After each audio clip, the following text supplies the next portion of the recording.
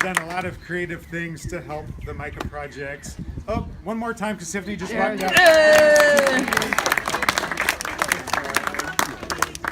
The Honduran beer, no less. So, smuggled in fresh daily. I just want to tell a quick story. Just 5 minutes, so we can keep socializing. Just to remind you and me, the great impact that the Micah Project has, thanks to the Lord's saving hand on these boys' lives. So I'm going to tell a story about a boy named Josue. You guys know him because he wandered out on stilts and juggled on the last night you guys were there a couple weeks ago. He learned how to do that when he was begging on the streets. He would stop when the stoplights turned red. He would be juggling on stilts, and then he would go to the cars and ask for a tip for doing it. One of the many ways the street kids survive.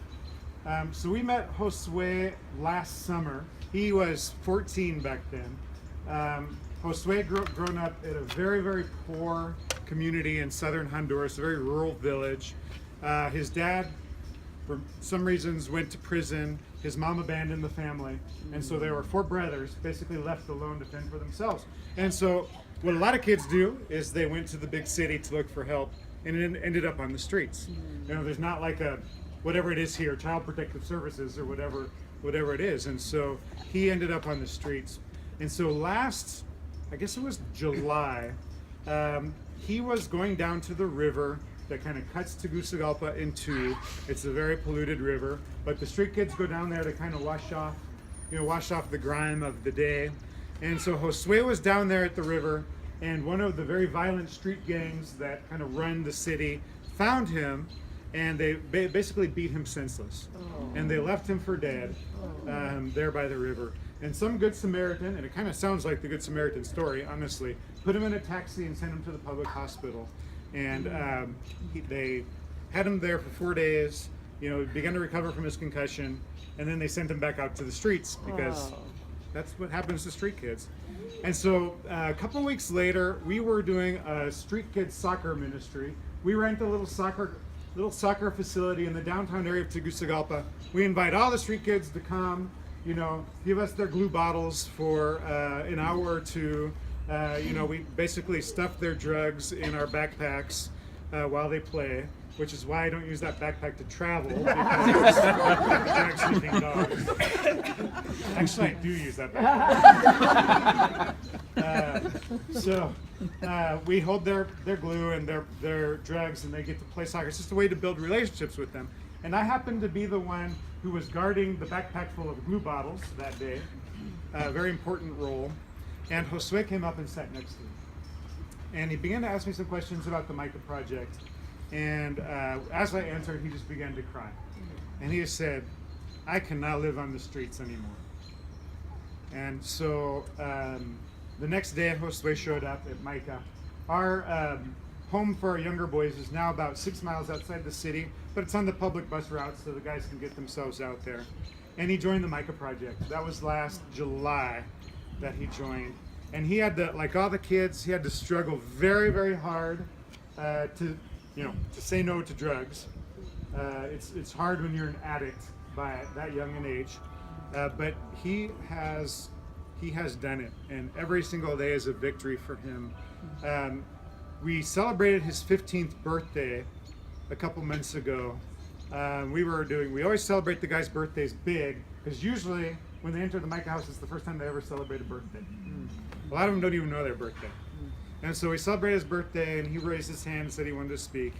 And he said, I thank God that I am part of the Micah family, and I never, ever, ever want to leave you.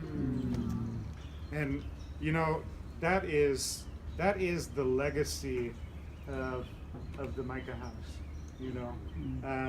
It is such a joy for me to see these guys that are so consumed by darkness in so many ways.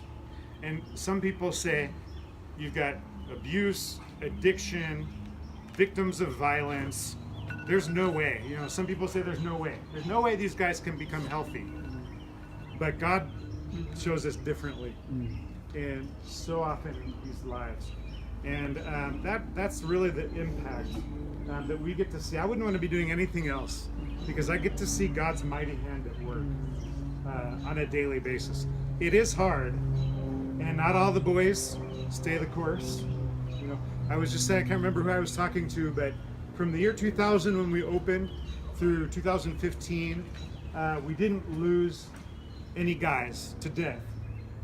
But from 2015 April through January 19th of this year, we've lost 4. And that is in some ways a testament to how dangerous the streets have gotten. In some ways just how hard this life is, you know. Sometimes the guys, Jefferson, I've got an update on the front table by the door. If you guys didn't get that, you should take one because I wrote about Jefferson, a 14-year-old that we lost this January. You know, we love them. We love them dearly, and some of them still push away. And I think, you know, our Heavenly Father loves all of us dearly, and so often we push away, you know. And we get a little glimpse of that. We don't love them nearly as purely or as well as our Heavenly Father does, but we get a little glimpse of that when our wandering souls wander away, you know. But thankfully, the Lord is very faithful, and the large majority of the guys, even if they have to go back through the valley of the shadow of death, they come out the other side, and we get to see God's mighty hand at work. Don't ever let anybody tell you that somebody is beyond saving, because we have not yet seen evidence of that with the Micah House. And so we just thank you all. We've got, speaking of that, you know, we now have 3 houses. The Micah House, we've got the Timothy House for the Micah guys who are up and going through college and getting their final whatever degree they might be working towards. And now we have the Isaiah House as well. And that is for young men 18 years old and up who are just coming off the streets. Many of these guys have been on the streets for years. And you know, again, a lot of people say, no way. There's just no way. This kid has been on the streets his whole life, basically. He's 19. He's adapted to the streets. There's no way he's going to get off the streets. Well, if you were to visit the Isaiah House today, you would have Selvin and Jorge and Wilfredo and all of the other guys in that house tell you differently. And some of them are coming up on 2 years and living there now. Even as, you know, 21, 22-year-olds. And so that is God's miracle at work. And I get to see it every single day. I try to do a really good job at communicating that. I also have wonderful help now, thanks to, I can't find the Winds. Oh, Lucy. I can't find the Winds. The Winds' daughter, Lucy, joined us and is helping with communications and social media and the website, doing a wonderful job with that, and also loving the boys very, very well. I'd love it if you have not come down, or if you have not come down in a while, for you to come back, or to come down and check it out. One of the most holy places for me is sitting on a street corner with a group of street kids.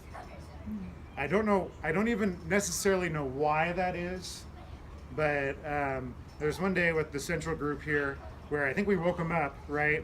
And we basically got down right there with them.